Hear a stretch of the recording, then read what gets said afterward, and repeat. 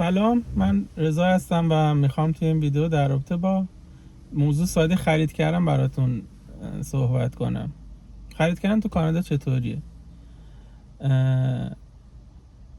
خرید میتونه رنج گسترده‌ای رو داشته باشه، اما چیزایی رو که من میخوام بگم در رابطه با خیلی موضوعات ساده است. یعنی اون خریدایی رو که شما به صورت روزانه، هفتگی یا ماهانه نیاز دارید و اون به قولن ضروریات زندگیه،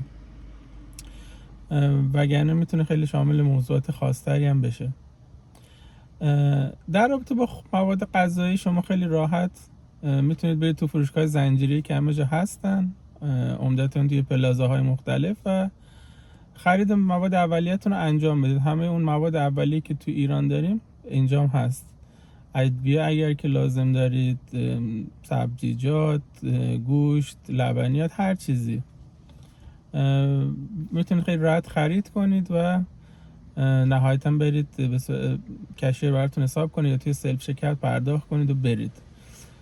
خیلی خرید کار راحتی است، اما شما ممکنه که بخواید محصولاتی رو که بخواید برای پختن غذاش استفاده کنید دوست دارید به اون سبک و سیاق ایرانی باشه یا اون مواد اولیه که ما تو ایران داشتیم.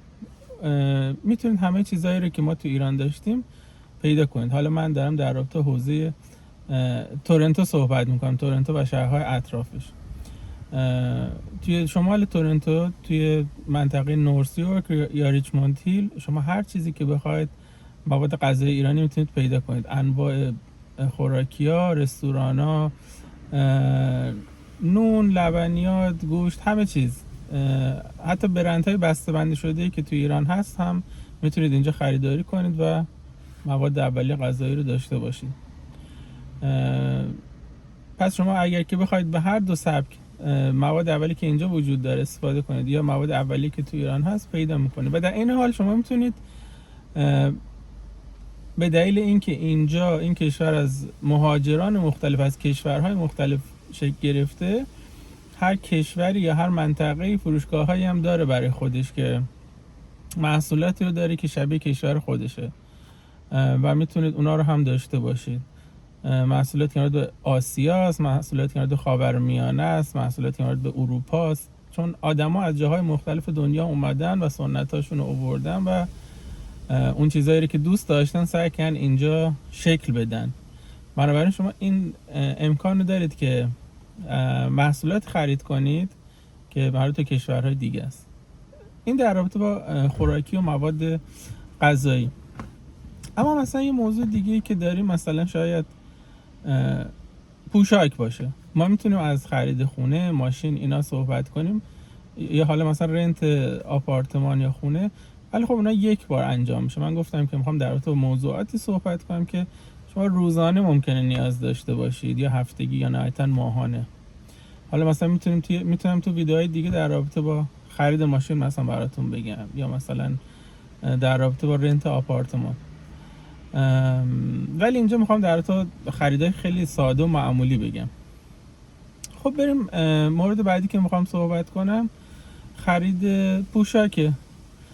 شما یه رنج گسترده از فروشگاهایی رو که ارائه پوشاک کفش میدن اینجا دارید. همه برندهای دنیا عمدتاً هستن، از سطح قیمت‌های خیلی پایین و متوسط تا خیلی قیمت‌های بالا. یعنی شما با هر رنج از توانایی مالی امکان خرید یا دسترسی به پوشاک دارید و این خیلی خوبه. اما شاید اون تنوعی رو که ما مثلا توی ایران داشتیم ندارن. یعنی مثلا شرکت‌ها همه برند هستن و طرح‌های نسبتاً ساده‌ای رو دارن. البته نمیگم وجود نداره، چون هست، نمیتونیم بگیم نیست، اما بیشتر دیزاینرها هستن که دارن فروشگاه دارن و پوشاک میفروشن. همون دیزاینرها که حالا برای همه آشنا هستن. یعنی منظورم اینه که مغازه‌ای که تک تک باشن خیلی کمه، اما وجود داره. اما چیزی که شما به صورت کلی میبینید فروشگاهایی هست که به صورت زنجیره یا فرانچایز هستن و همه جا توی هر پلازایی که میریم تکرار شدن. منظورم چیه؟ منظورم فروشگاه مثل والمارت مثلا که همه جا هست، کاسکو که همه جا هست. این نوع فروشگاه ها یا برند ها، مثلا اولد نیوی، مثلا نایک، مثلا همه اینا. یعنی شما با این برندها خیلی سر کار دارید و مغازه‌ای که فروشگاهی که تکی باشن یا خصوصی باشن خیلی کمن به صورت کلی، اما موجود هستن. شاید مثلا ما این رنج رو تو ایران نداشتیم، بیشتر مغازه‌های تک تکی، فروشگاه‌های تک تکی بودن که به ارائه محصولی پرداختن، ولی برندها کمتر بودن. اما شما همه برندها رو عمدتاً میتونید اینجا داشته باشید و خرید کنید. خریدام همه جای دنیا میتونید مثلا آنلاین سفارش بدید یا به صورت حضوری. این دیگه بستگی به خود شماست که کدوم به چه صورت دوست دارید. این دیگه در واقع سلیقه خودتونه. اما همه چیز موجوده نسبتاً و میتونید هر چیزی رو که دوست داشته باشید بخرید. و فروشگاه ها توی تایم های مختلف برنامه تخفیفی متفاوتی میذارن. یعنی اگر شما یه محصولی رو بخواید و مثلا مدتی در جنبش باشید، میبینید که قیمت ها چه مواقع ریزش میکنه یا چه مواقع در واقع تخفیف داره و میتونید خریدای خوب داشته باشید یا اصلا دیل های خوب، معاملات خوب انجام بدید.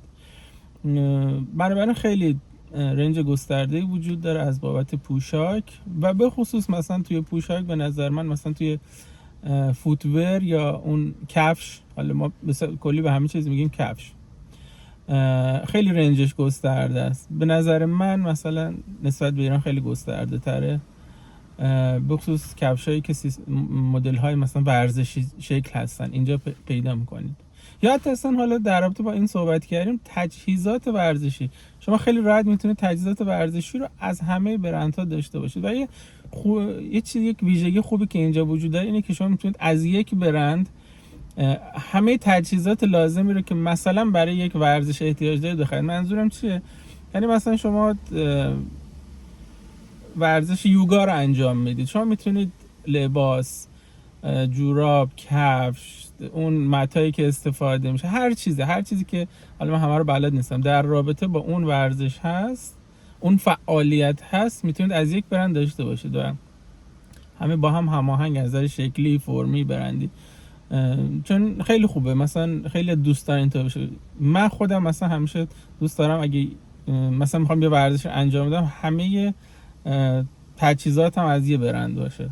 این خوبی وجود داره که شما میتونید از یه برند عمدتاً همه تجهیزاتش رو خریداری کنید. اینم در رابطه با پوشاک و اینکه شما یک امکانی رو دارید که میتونه همه اینا رو در اختیار شما بذاره. یعنی چرا با کمبود در واقع مواجه نمیشید و اون آمازون هست.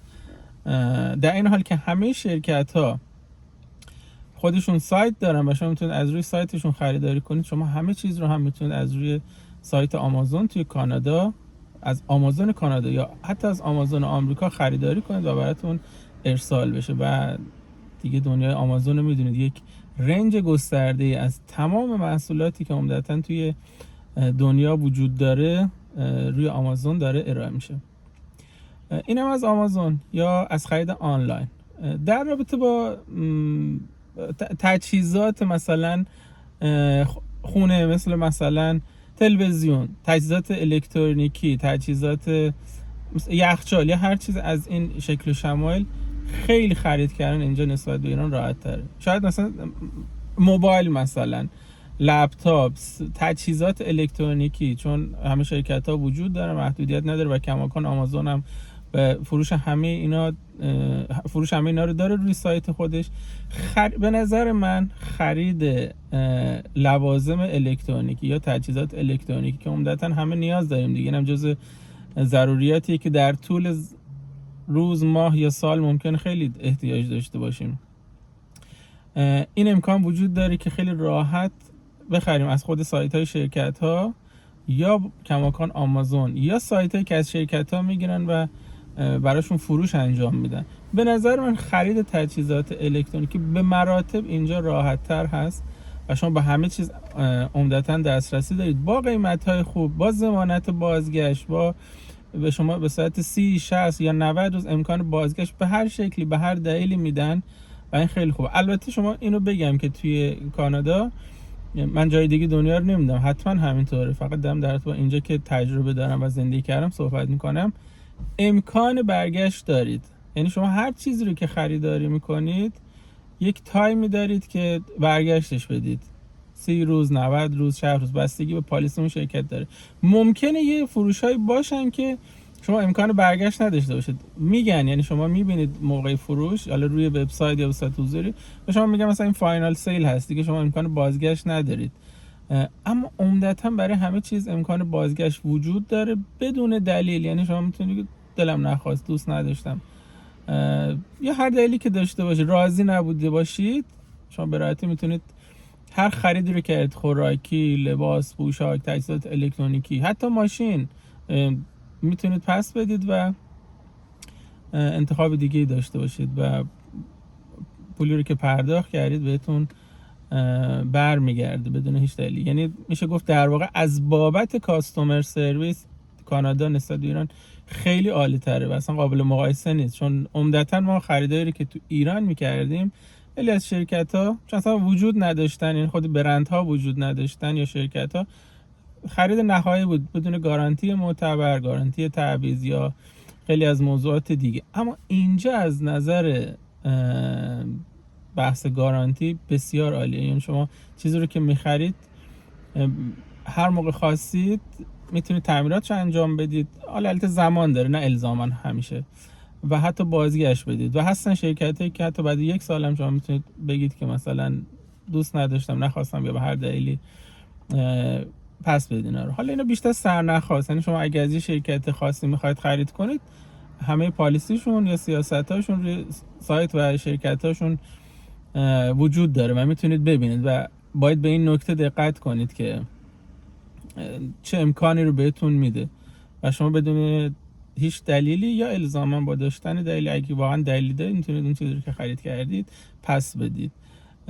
اینکه چه میزان میشه پس داد، یعنی شما از یه شرکت فرض کن آمازون همیشه بخرید پس بدید، من نمیدونم تا چه میزان میشه هر چیزی رو پس داد، چون هیچ وقت یعنی این کار نکردم، خیلی محدود بوده که چیزی رو حالا یا مشکلی داشته دوست نداشتم پس دادم. اما احتمال میدم یه میزانی شما میتونید مثلا پس بدید، یعنی نه که همیشه بخرید استفاده کنید پس بدید، بخرید استفاده کنید پس بدید.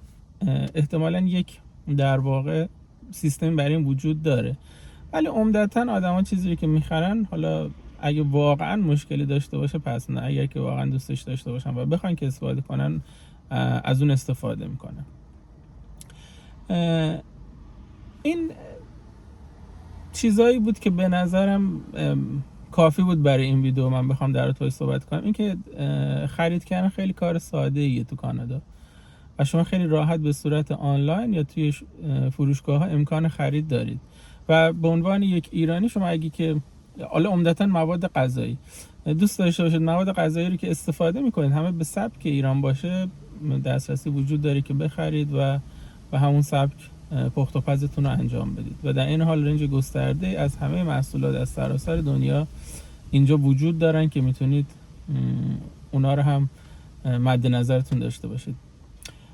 میشه در تو خیلی چیزهای دیگه توی این ویدیو صحبت کرد یا در تو خرید کردن میشه خیلی صحبت کرد، اما من چیزهای خیلی ساده بود که به نظر اومد که به عنوان شروع یک بحث یا تجربه خودم یا داستان خرید کردن خودم مثلا بخوام براتون توی این ویدیو بگم.